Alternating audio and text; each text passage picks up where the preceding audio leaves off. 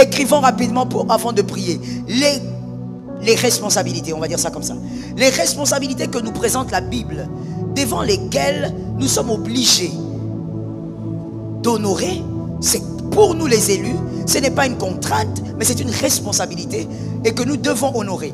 On va écrire rapidement s'il vous plaît. Premièrement, il y a le travail. C'est Dieu qui a donné à l'homme le travail. Il faut travailler. La Bible dit, celui qui ne travaille pas ne mange pas. Le paresseux ne doit pas manger. Le travail.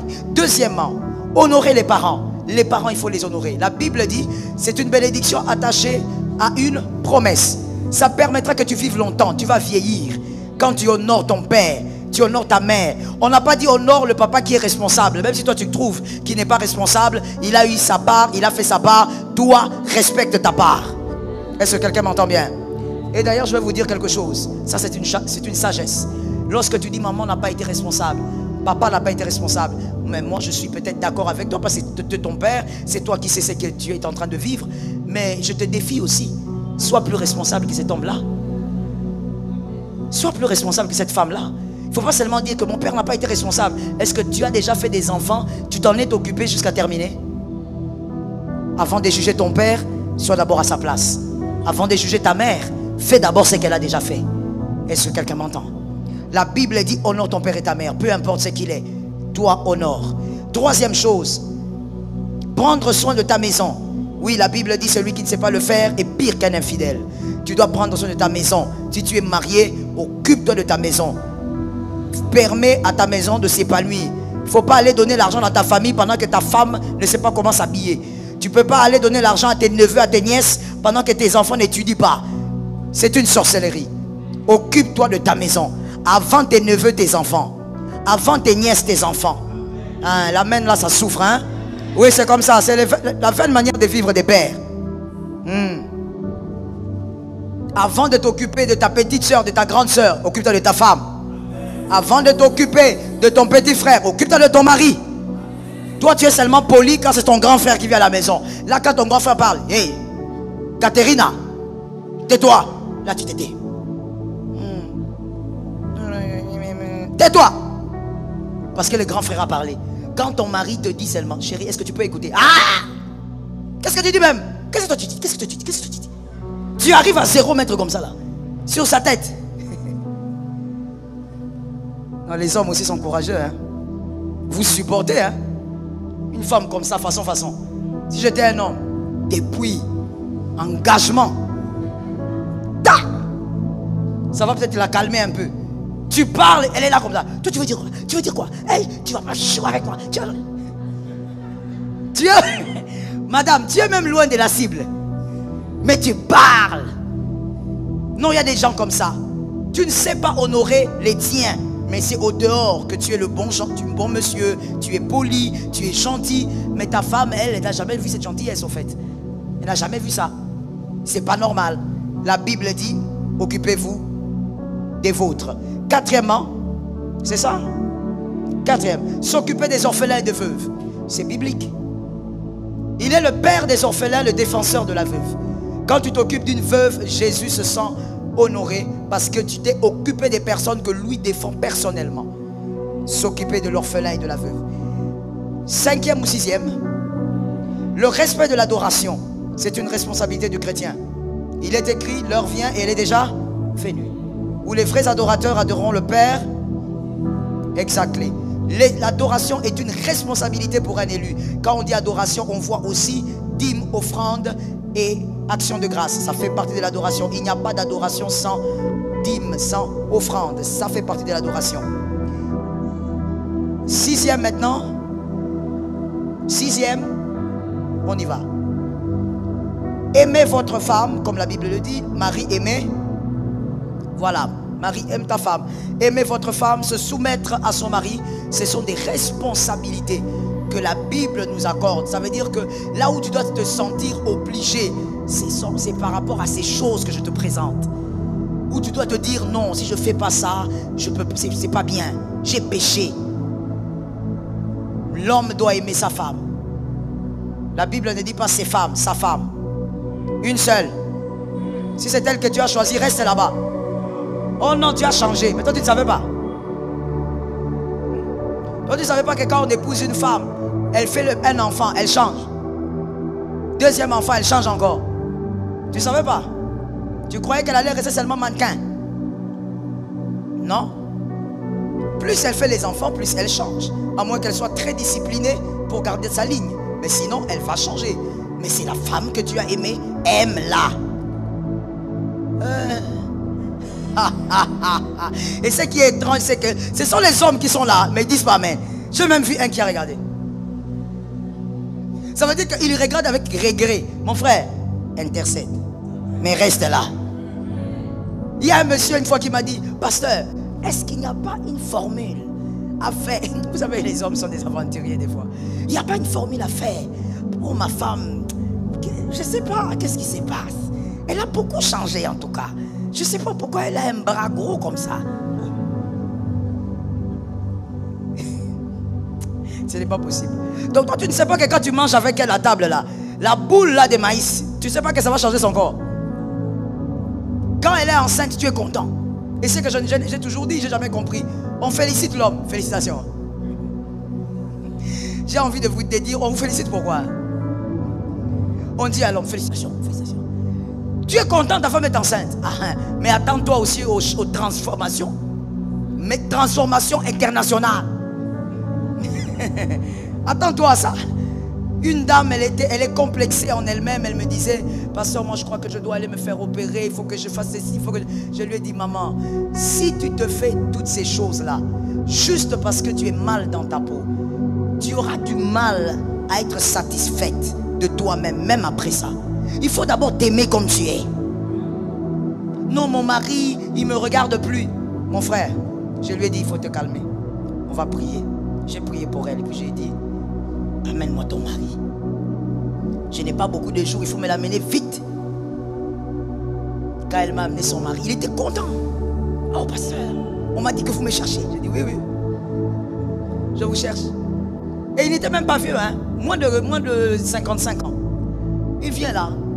Et puis je lui dis, je dis à la dame, je dis sortez, je veux parler avec votre mari. Et je dis au monsieur, au fait, c'est quand la dernière fois que vous avez vu votre femme avec la lumière dans la chambre? Il m'a dit pardon. Quand il a dit ça, j'ai compris que j'ai attrapé quelqu'un. J'ai dit c'est quand la dernière fois que vous avez regardé votre femme dans la chambre avec la lumière, vous l'avez vue telle qu'elle est née? Pasteur, je ne m'en souviens pas. Bon, ce sont des détails. Je dis non, ce ne sont pas des détails. Ce ne sont pas des détails. Est-ce que elle vous voit? Oui, bien sûr. Je dis, ah bon. Mais pourquoi pas le contraire? Bon, vous savez, pasteur, ma femme doit faire des efforts. On n'amène pas un homme, une femme au changement en introduisant en la personne une sémence de complexe. Je reprends la phrase. On n'essaye pas de changer sa femme ou son mari en introduisant en elle, la personne, une sémence du complexe. Il ne faut pas que ton mari soit complexé au point de refuser de sortir avec toi. Parce que tu l'as tellement acculé. Pourquoi tu es comme ça? Pourquoi tu as cette taille? Tu l'avais choisi comme ça? Tu n'avais pas bien vu? Non, pourquoi tu es comme ça? Ma femme, elle est comme ça parce que vous avez laissé les choses évoluer. Tu ne peux pas complexer ton conjoint pour l'amener au changement. Est-ce que quelqu'un m'entend? J'ai dit à cet homme, au lieu de détruire le cœur de ta femme, tu as une femme extraordinaire qui a un cœur en or. Tu devrais rendre grâce à Dieu. Tu ne sais pas combien d'hommes pleurent à cause des femmes bizarres qu'ils ont épousées. Alors protège le cœur de ta femme. C'est un cœur en or que tu as reçu.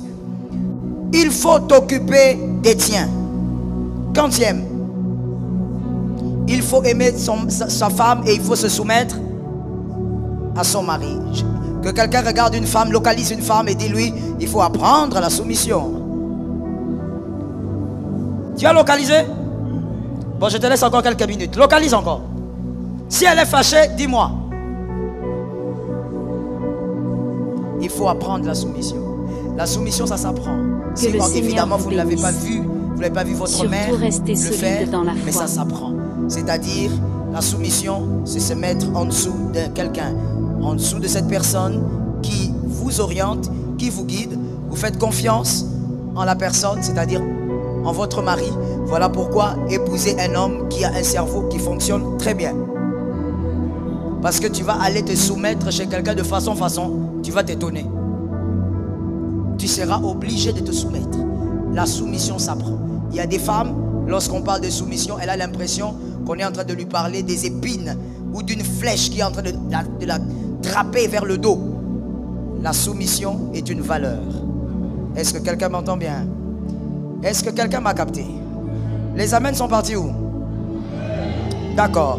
Dernière chose, dernière responsabilité que la Bible vous recommande, ce sont, si vous voulez, entre guillemets, les contraintes d'un élu. Gagner les âmes par l'évangélisation, par votre vie, par les paroles et par les finances. Servir Dieu, gagner les âmes. On doit gagner les âmes. Vous dites, écoutez, moi je veux vous accompagner dans l'évangélisation. Écoutez, moi je veux contribuer à la distribution des affiches. Écoutez, moi je veux payer pour 2 panneaux qu'on va placer dans la ville pour la publicité. Vous gagnez les âmes. C'est une responsabilité de tout élu. Ce sont là les contraintes, si vous voulez, d'un élu. Mais en dehors de ces choses, que tu ne te sentes pas obligé au point d'avoir peur de perdre ta vie. Même Jésus, quand il te demande des choses, il ne te menace pas. Il ne te dit pas, si tu ne fais pas ça, Léonel, je vais te tuer. Non. Même Jésus qui est notre Dieu ne te menace pas, ne menace pas ta vie. Fais attention à celui qui menace ta vie. Celui qui menace ta vie, présente-lui la croix. Ah, j'ai aimé cet amen. Celui qui menace tes enfants, présente la croix. Celui qui menace ta maison, présente la croix. Celui qui menace tes finances, présente. Celui qui menace ta santé, présente. Celui qui menace ton épanouissement, présente. Que personne ne touche à ta vie. Que personne ne touche à ta maison. Que personne ne touche à ce que Dieu t'a donné. Quelqu'un m'a dit, c'est l'Éternel qui me l'a donné. Parle avec foi, mon frère, c'est l'Éternel qui me l'a donné. Et je garde toutes les bénédictions, visibles comme invisibles, au nom de Jésus de Nazareth. Dis à 5 personnes, garde tout ce que Jésus t'a donné. Dis, compte 5. 5. Il faut compter bien. Compte bien. As-tu compté? Alors on lève la main droite, on dit, je garderai ce que Dieu m'a donné.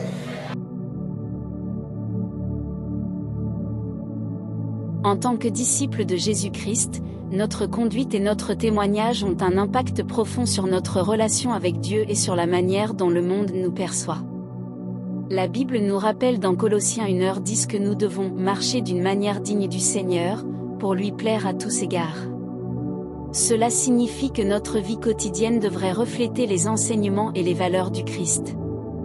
En vivant de manière digne, nous glorifions Dieu et nous témoignons de sa grâce. Jésus nous encourage à être la lumière du monde dans Matthieu 5h14, en disant « Vous êtes la lumière du monde ». Une ville située sur une montagne ne peut être cachée. Notre comportement et notre caractère devraient attirer les autres vers la foi en Christ. En manifestant l'amour, la compassion et la sainteté, nous montrons au monde la beauté de la vie chrétienne. La vie digne d'un chrétien consiste également à éviter le péché et à rechercher la sainteté.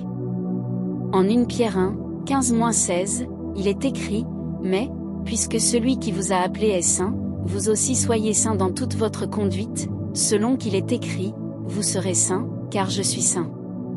En vivant une vie de pureté et de droiture, nous nous rapprochons de Dieu et nous reflétons sa sainteté. En conclusion, mes chers frères et sœurs, manifester une vie digne de celle d'un chrétien est essentiel pour notre relation avec Dieu et notre témoignage auprès du monde. En vivant conformément aux enseignements de Jésus, en étant des lumières qui brillent dans l'obscurité, nous honorons notre Seigneur et nous influençons positivement ceux qui nous entourent. Puissions-nous chercher à manifester la grâce et la vérité de Christ dans toutes nos actions, afin que son nom soit glorifié. Amen.